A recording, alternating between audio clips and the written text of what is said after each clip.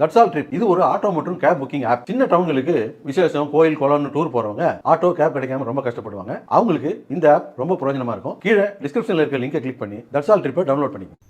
திருச்செந்தூர் சுப்பிரமணிய சுவாமி கோவிலில் நடிகர் சிவகார்த்திகேயன் சுவாமி தரிசனம் செய்தார்.